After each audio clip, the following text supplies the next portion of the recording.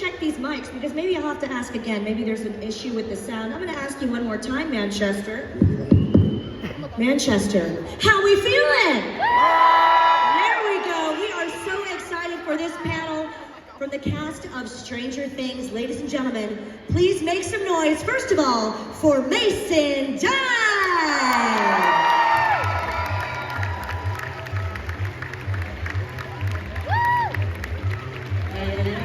There we go. Give it up for Mason Dye, everybody. And next up, please put your hands together for Cara, Buono.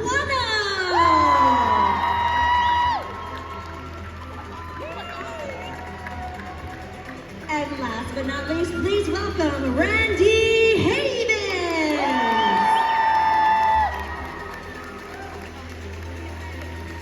Manchester, make some noise for your cast of Stranger Things. Guys, if you're just joining us here, I'm going to ask a few questions, then we'll get to you, so get those questions ready. We've got Caitlin standing by with a microphone. Oh, and we're live, baby, live. Make sure we all look pretty. Guys, thank you so much for being here. I myself am a huge Stranger Things fan. But just first off, how are you enjoying For the Love of Sci-Fi here in Manchester? I'll start with you, Mason. I'm loving it. First time in Manchester, and it's great. I'm cold. That's the biggest thing. It's like I feel like I'm literally shaking. But up here feels good. It's warm up here. I think it's warm because you guys had such an amazing turnout. Give yourself a round of applause. It's been cold in here all day except for right now because they love you guys, and thank you for coming all the way here. Cara, how are you enjoying Manchester? Hi everybody, I love Manchester. You guys are all so great and so lovely and welcoming, and thank you for, look at Karen Wheeler in the front row. Can you stand up? Stand up for us.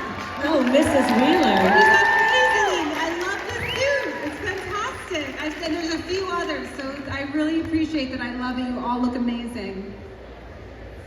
Randy, how have you been enjoying For the Love of Sci-Fi so far? I love it. This is such a great con. I need to go over and get the pictures at the Stranger Things sets. I'm a huge fan of the Demogorgon. What's up, buddy? He's ignoring me right now, but we are tight. We're really good friends.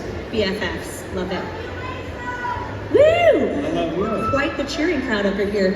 Well, I've been following your careers, and obviously, Stranger Things has clearly become such a global phenomenon. It spans generations. But if we can go back to the beginning, how were you cast in the show? What was that like for you, embarking on your Stranger Things journey? I'll start with you, Mason. Like, how was the casting process? Yeah. It was long, really long. I remember when I first auditioned, it said Untitled, and this was season 4, but it said Untitled 80s Netflix show. And I was like, I'm pretty sure this is Stranger Things. But yeah, auditioned for it, went back maybe like 5 or 6 times, and then 4 months later I got the call that I booked it. So that was kind of the process for me. Were you already a fan of the show? Had you been watching? Oh yeah, this was one of my favorite shows before I got on it. So even to get the chance to audition, I was stoked. And then when I got it, I was so excited for like the first day, and then I was like absolutely terrified. Like it just felt like so much pressure going into it. Well, I just want to say, all the actors on the show, I think, are so amazingly cast. Like, we don't ever have scenes together. You're amazing. And I think everybody brings so much to every character, even like the smaller parts. But we had never met, and I was during the pandemic when there was the town hall scene, and I remember watching Mason do his speech where he's trying to rally everybody, and I just thought, oh my God, this kid is amazing. And every single take, all day long, one was like better than the other and like so incredible. Like it was just really, it's like so much fun to watch all the other actors work on this set. Cara, I just Thank you, I appreciate that. Thank you.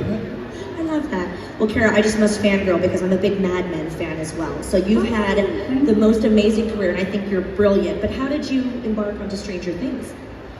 You know, I got an email from my agent that I had an audition, like, you know, with most auditions just come in, like, here's a script, and it was originally called Montauk, and it was supposed to shoot, that's no secret, but some people may not know, it was supposed to shoot in a different place in Montauk, New York, and they changed it to Hawkins, Indiana, and I just remember, I love sci-fi, I love fantasy, like my dream is to be fighter pilot #2 in any Star Wars movie. I say this in every interview, please, somebody hire me, I'll get shot down. I just loved it. I just had, you know, you have like an instinctive reaction to something, and I just said, I just want to be on this show in any capacity, in any season, but I was lucky to be cast in the, you know, the pilot in the first season, so. What was the casting process like for you, Randy? You know, I was originally cast in a part, and then during pre-production, that part was cut from the show. So I was hired and fired before production even began, and then shortly before production began, they called me back and they were like, "Hey, would you mind coming in and like reading for this like science teacher role?" And I was like, "Sure." And they were like, "At the table read." So my audition was at the table read. Yeah. In the hotel that we had that read. That was your audition. That was my audition, yeah. Well, I thought that was my audition, and the casting director came up and sat down and was talking to me. And the Duffers like walked by, and they were like, "Hey, we're really excited for you to like play this part." And like in my mind, I'm like, "You've already fired me," so I'm like, they're clearly not offering me the part right now. So I was like, "Yeah, I'm excited to read it today." And then the next day, Carmen Cuba, the casting director, was like, "Hey, the part's yours." And I was like, "Oh, that's awesome." And then the Duffers walked in and she was like, "Hey, I just told Randy that we're casting him." And like Ross was like, "Yeah, we told that yesterday." That's a great story. That's insane though, I didn't know that. Sorry, I'm an idiot. So yeah, apparently like there was a guy that they wanted for Mr. Clarke, and things fell through with him. And then right before production started, the casting director, things fell through, and the casting director, Carmen, was like, "What about Randy? The guy we wanted to hire originally." So. That's a great story. Yeah. It's an exclusive right here in Manchester. We love hearing kind of the insider scoop about that. But I'll go with you, Randy. What was the first time you realized, okay, so this show is a huge, as you can see, global phenomenon? Was there like a level of fame that you went, "Oh my God, this show's, you know, spanning generations and everyone's talking about it"? What was the big moment for you? Yeah, I don't know if there was one moment. It was just like it was like a snowball, right? Like a lot of people were talking about it before it came out, and then it came out, and like people were talking about it, and I was like, "Oh, this is going to be like a like niche thing. It's going to be like a cult thing. Like there's going to be people that really love this show." I didn't think it was going to become like a phenomenon. But then it just kept going, and it kept going, and it kept going, and I was seeing like stuff on Facebook, like people that I didn't even know were talking about it, and I was like, "Oh, wait a minute, this is getting like so big, like everybody's talking about this show." And yeah, it just kept, like, it never stopped. Like Stephen King was tweeting about it. The upside down became like this ubiquitous like phrase that people were using, like to mean like, you know, it took the place of like, "I'm taking crazy pills." It was like, "I'm stuck in the upside down," and it was just like, "Oh, this is insane, just wild." And Cara, for you, was it sort of like a one moment where you went, "Wow"? Was it a premiere, or what was the moment that you thought, "This is way bigger than I thought it would be"? Or did you know that it was going to be as successful as it was? Yes. I mean, I always had faith in the show because I just loved it, but I don't think anyone could have predicted the phenomenon it has become. And I've been acting for a long time, as you know, so it was it's nice at my age to kind of find success now after many, many years of working. I think there were 2 times I felt like, oh, the show is really big. When I first was like yelling at my daughter in the street for something, and I got recognized, and I thought, "This is what?" And they were like, "Cara." like embarrassed, like yelling at my daughter, and I realized, oh, right, now people know who I am. I better be nicer to her in public. No, I'm kidding.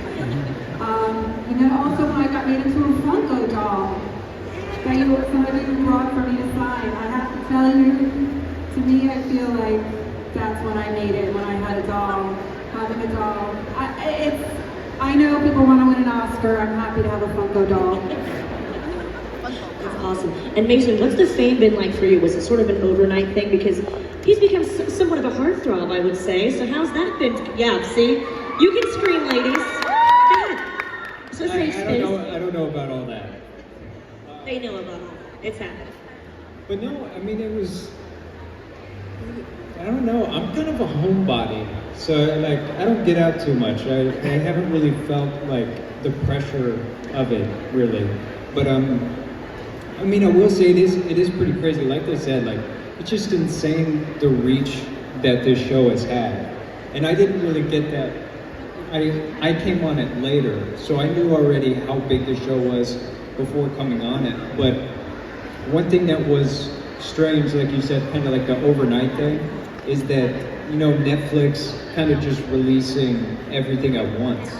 Like, I've never really been a part of a show that does that. Everything I've done has been week to week, so it takes time. And even with this season being separated into 2 parts, it's still like a large portion of it was released all at once. And it was pretty insane, because I want to say it was like not even 2 days after the first part was released that I would be at like Target, and people would stop me and be like, "Wait, you're that?" Everybody would say, "You're that jerk."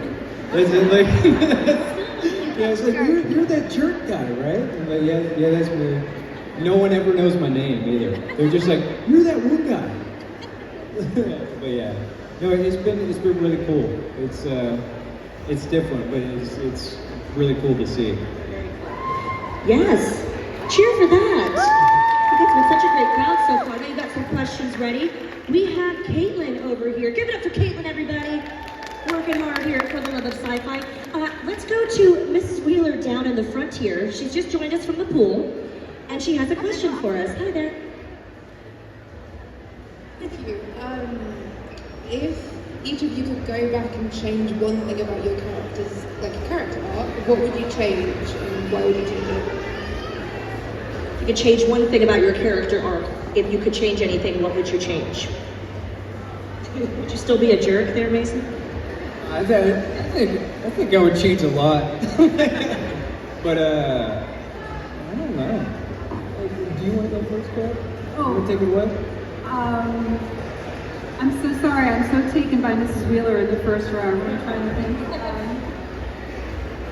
What would I change? Gosh, that's a tough question. You go. You go. We're all just passing it off.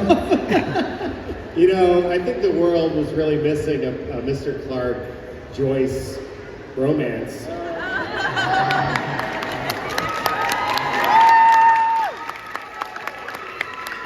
And also, you know, a gory death for Mr. Clarke, I think would be great. Yeah, Okay, the crowd doesn't love that hero as much. No, I will say, if I had to change one character, or like, if I had to change one thing, I would have liked Jason to be killed by Vecna.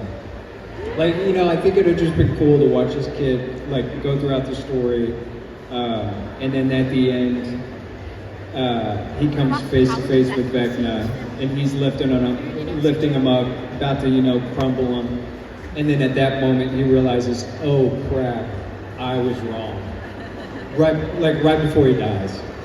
So he would go out maybe even harsher, but I think that would be like a cool thing. Change anything, Karen? I think I would like Karen to just get a job. Get out of the house a little bit more, you know. I think it'd be fun for her to do something around in town. I don't know, I always thought that she maybe wanted to, I don't know, I thought maybe she went to law school and dropped out. Yeah. Side hustle for Mrs. Wheeler. There's another question here on the left, right in the front row. Hello, biggest fan in the world. Sorry, I'm nervous. If you could be in more scenes with a particular character, which character would that be? So like a different character that you wish you had more scenes with one particular character.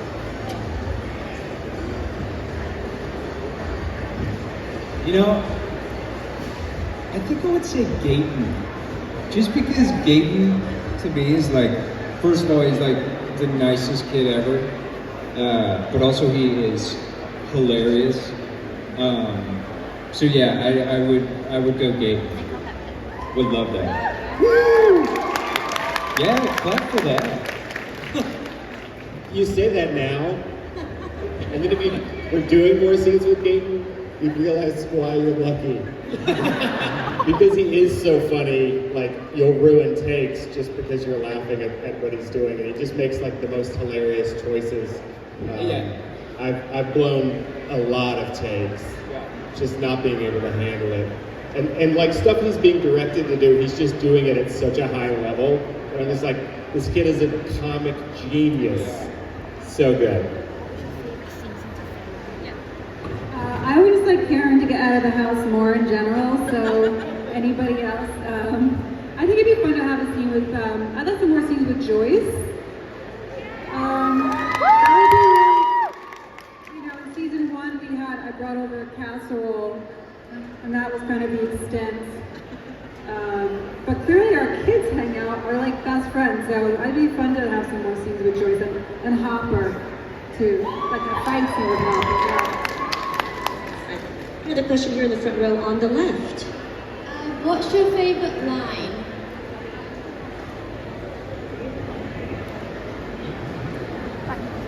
I mean, I say freak like 2,000 times in season 4. So I would say just me saying freak.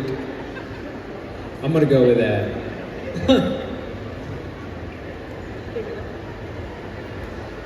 I know this has become a thing. I hope you're enjoying your chicken's head.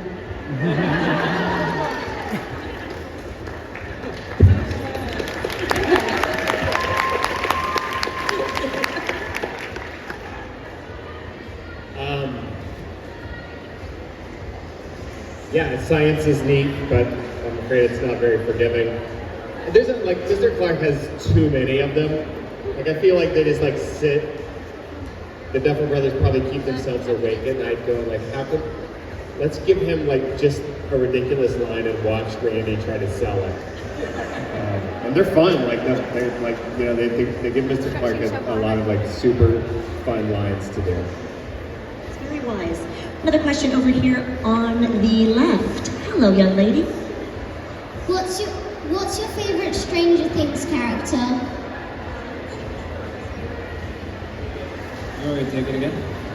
I have to go Dustin. I'm just a huge Gaten fan, okay? But I mean, I think everybody on the show is so talented. Everybody is so good. But I just love Gaten. So I'm gonna go Dustin. I'm sorry, I can't choose, because when I say one, I think of the other. Like, I know that sounds like it's a very mom thing to say, like, who's your favorite child, right?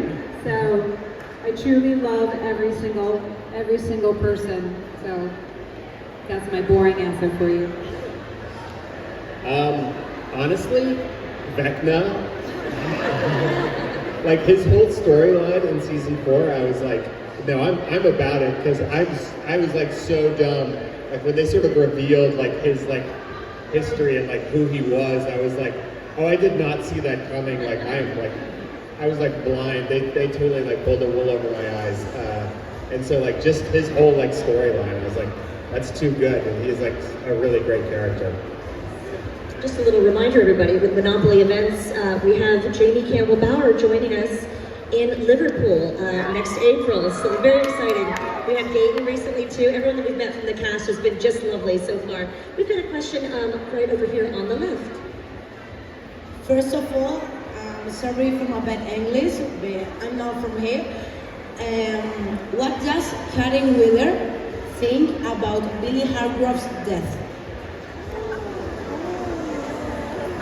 That is a very good question. What does Karen think about Billy's death? You know, we never see it, do we?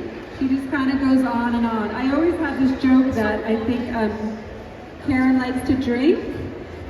And I think she kind of at 4 o'clock starts drinking, kind of blocks out what's going on in Hawkins. Sorry kids, I know that's a little mature, but I personally just imagine she probably retreats to her bedroom or in her car, takes a long drive and cries because she has no one else to talk to, because like really who's she going to talk to about it? Like I almost went out on a date with Billy.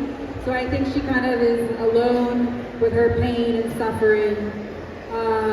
But only because, I mean, not that I don't think she regrets her choice, but rather, you know, he died and there was no closure there whatsoever. So that's my hot take on it. Yes. We're applauding, but that's so sad. Yeah. When did they invent boxed wine? The boxed one, yeah. You know, who needs Billy when you've got Ted at home? And that white wine mommy juice, that's right. Caitlin has a question over here from the lovely employee of Ships Ahoy to her left. What's your favorite 80s song? Scoops English. I like Pat Benatar, Hit Me With Your Best Shot. It's always my karaoke song. I think that's from the 80s, right? I'm going to be honest and say that I don't know a lot of songs from the 80s. I know, it always gets a bad reaction from the crowd every time I say it. And I even got to the point I was like, actually, I'm going to go on and I'm going to look up some like 80s songs. I never did it, so I'm sorry. This is where that jerk reputation fits in, I think. Yeah, See, you're just not it up is. to it. They're like, this guy. I hate him. I'm gonna go Bohemian Rhapsody by Queen. Love it. Good question. We love those fun questions. We've got Caitlin. Where is she? Oh, she's going all the way to the right. Good girl. We have a question here on the right. Alright, so what was your favorite scene to film and why? You know what? I think my favorite scene in the film was probably the town hall speech that you were talking about. Because there's something about when you just have a long monologue that there's something about it that you can like create your own rhythm. It's all on you. And the more dialogue you have, the more you can kind of get into it. So in that day, there was just like, there's so much that he's going through in that scene. That it was just so much fun to kind of like explore and just go for it. So I think the town hall scene was probably my favorite day of filming. I have a tie. The tie is season 3, the scene I have with Nancy in the kitchen, where you see a little bit about Karen, maybe kind of thinking about some regrets she has in her life and feeling. I like that connection that was written into that scene with Nancy. It was very moving. I thought Natalia was so beautiful in that scene.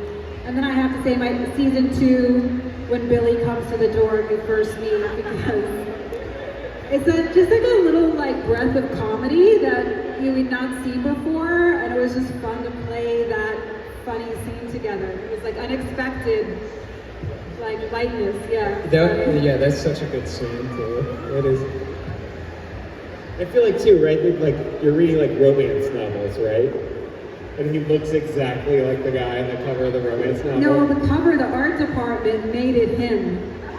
The actual picture is like a version of Dacre on the cover. So good.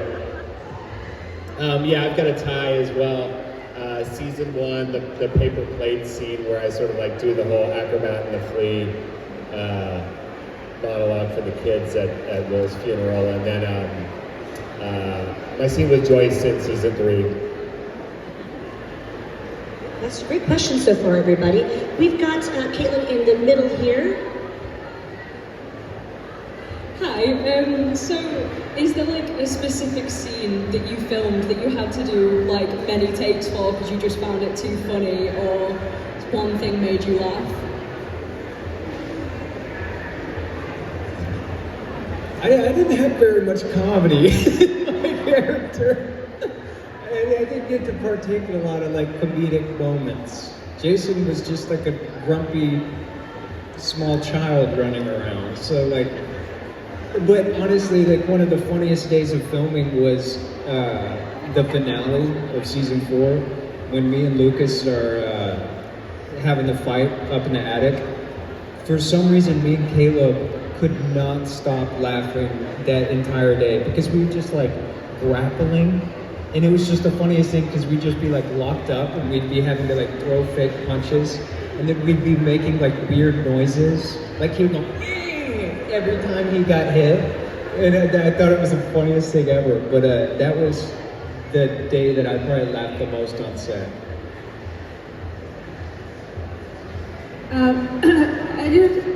I actually had to learn how to swim for season 3. I don't know how to swim.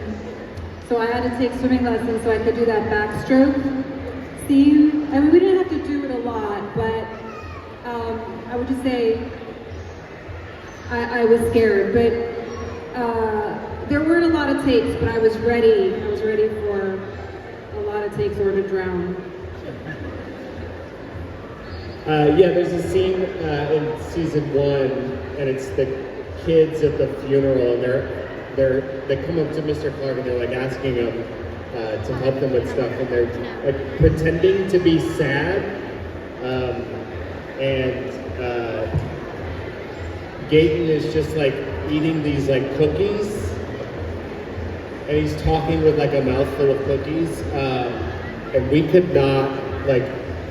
We probably did that scene 13 or 14 times, and we would like break every time, and then the Duffel brothers would come over and they would go, Gaten, stick more cookies in your mouth. And I was like, no, less cookies, please, like no cookies. Can we do a scene with like no cookies? Because like, if I wasn't breaking, then Finn was breaking, if Finn wasn't breaking, then Caleb was breaking. It was just like, we can't keep doing this. This is unsustainable. Somehow they got a usable take. I don't know how. We've got a question here. There's Caitlin on the left, in the middle.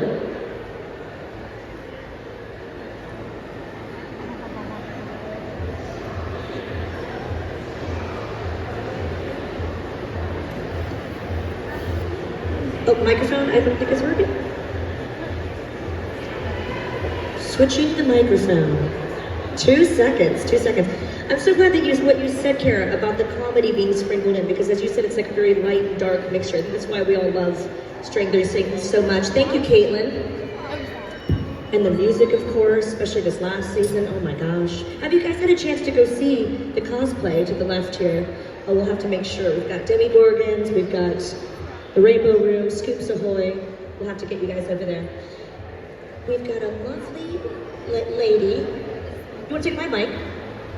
Yeah.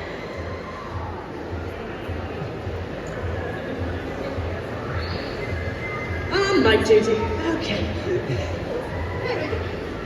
Who's your least favourite character and why? Least favorite? Wow. Oh, that's a toughie. That's a good question. I mean, honestly, Ted Wheeler's kind of a piece of shit. I'm sorry. Apologies to Joe Crest. It's a credit to his acting, because Joe is a very nice guy, but Ted is a real piece of garbage. I don't know. Maybe Jason. If I had to pick one. Yeah, we'll go Jason.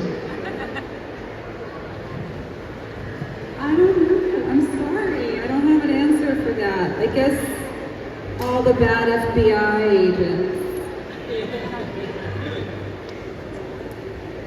We got a question here on the left. If you could play any character other than your own, who would you want to play?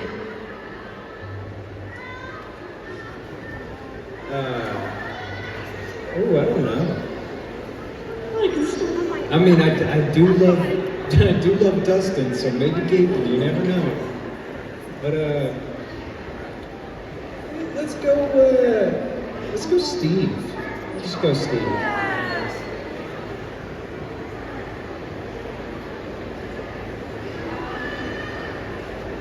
I just like to be the chief of police, so I like to be Hopper. You make a great Hopper. Thanks. I'm gonna go in the opposite direction. I think Dr. Martin Brenner. Oh yeah, I can see it. I'd like to play Dr. Martin Brenner. Maybe in the reboot. Yeah, yeah, when they reboot it 20 years from now, yeah. That's a good answer. We've got a question here in the back on the left. Feel free to stand up if you'd like. You don't have to.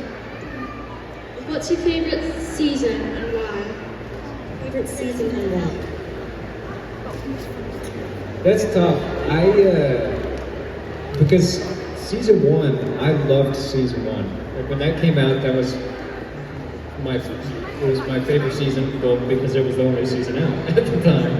But I think up until season 4, I think I would have said season 1 was my favorite. But season 4 was pretty up there with me. So I don't know if I can choose between season 4 and season 1. Yeah, it's impossible for me to choose. I think when I think I like one season the best, then the other one comes out and I'm like, this is the best. Just from acting on this show, I have a real soft spot, a nostalgia for season 1, just because, you know, we weren't out yet and we were just shooting the show in Atlanta. It was very intimate, and just having that time together where we were just making a little show on the set and having fun and like, who knows what'll happen? And so I have a little nostalgia for that, yeah.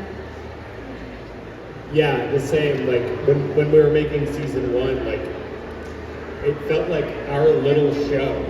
Like it felt like I was making something with my friends because it was such a collaborative. Not that it didn't continue to be a collaborative thing, but it really was. Like I remember they did like a little screening of the first 2 episodes, just like a rough cut of the first 2 episodes, and you just felt like it was right before Christmas break. And so I think we were filming like episodes 3 and 4 at the time. And the Duffers had actually gotten a rough cut together of the first 2 episodes. And they just wanted to show everybody like what this show was that we were working on. And once they screened it for us, you could just like feel the energy in the room of everybody going, oh my God, this show is really good. And just like to have that experience and then to realize like, oh, this thing that we're working on is like, this is like really fun. Like it's really fun to shoot anyway, but like to actually see it and to see how good it was going to end up being was like amazing. So yeah, season 1 gotta be. Great question. We've got a question back here on the left in the corner there. This question's for Randy. So Mr. Clarke was obviously missed in season 4, but he wasn't dead. So what was he doing during all this time? You know what? Mr. Clarke's a man about town. He's probably dating ladies, watching horror movies, explaining special effects. And then, you know, who knows what happened after that rift showed up. He's probably like doing experiments in his backyard. Dating ladies, I love it. We've got a question here on the left.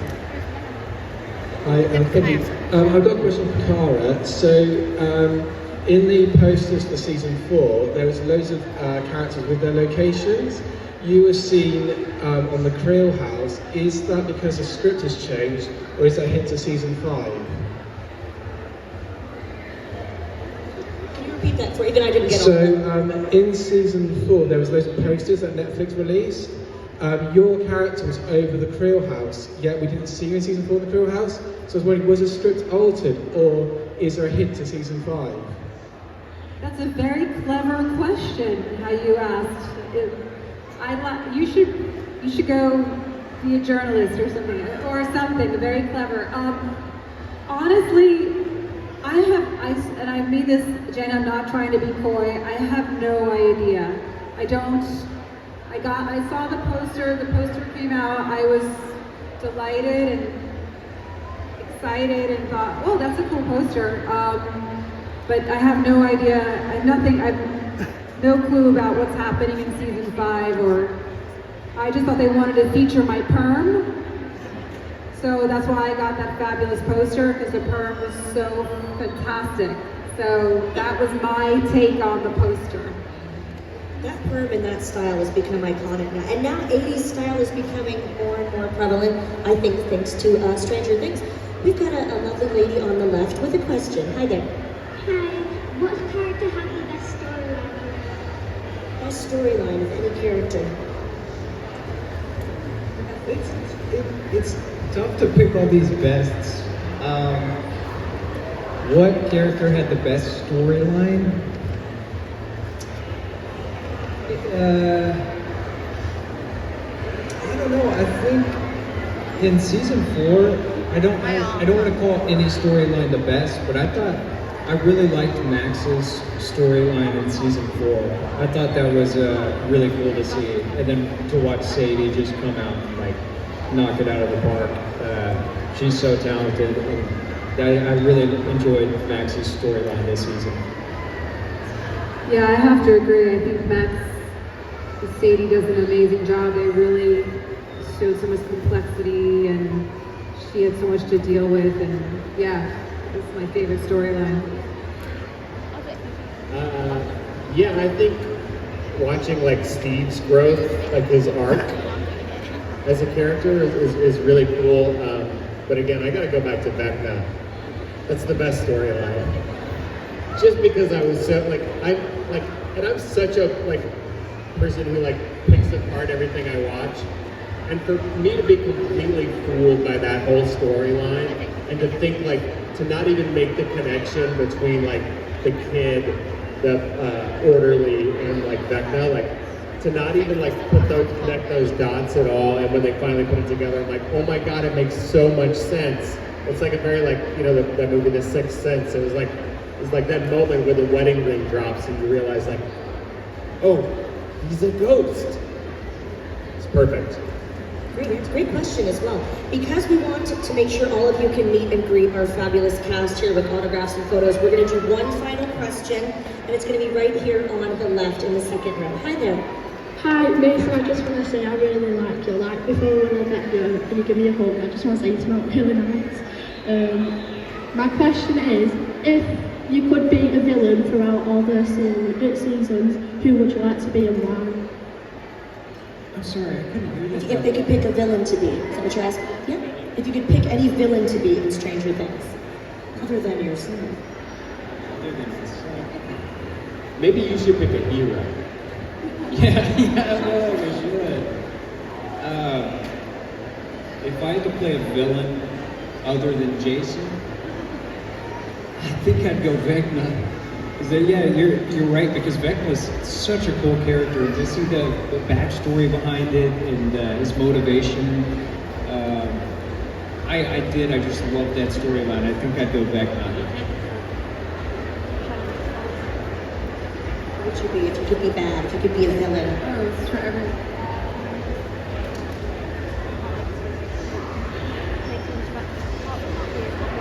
Wait, I need a second. You go.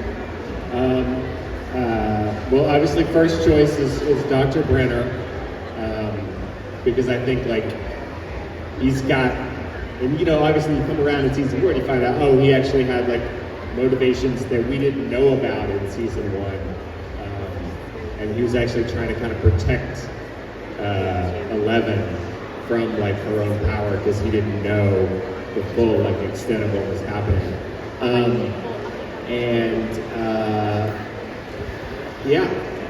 Yeah, it's got to be Brenner for me. It's a Brenner for me, dog. Good question.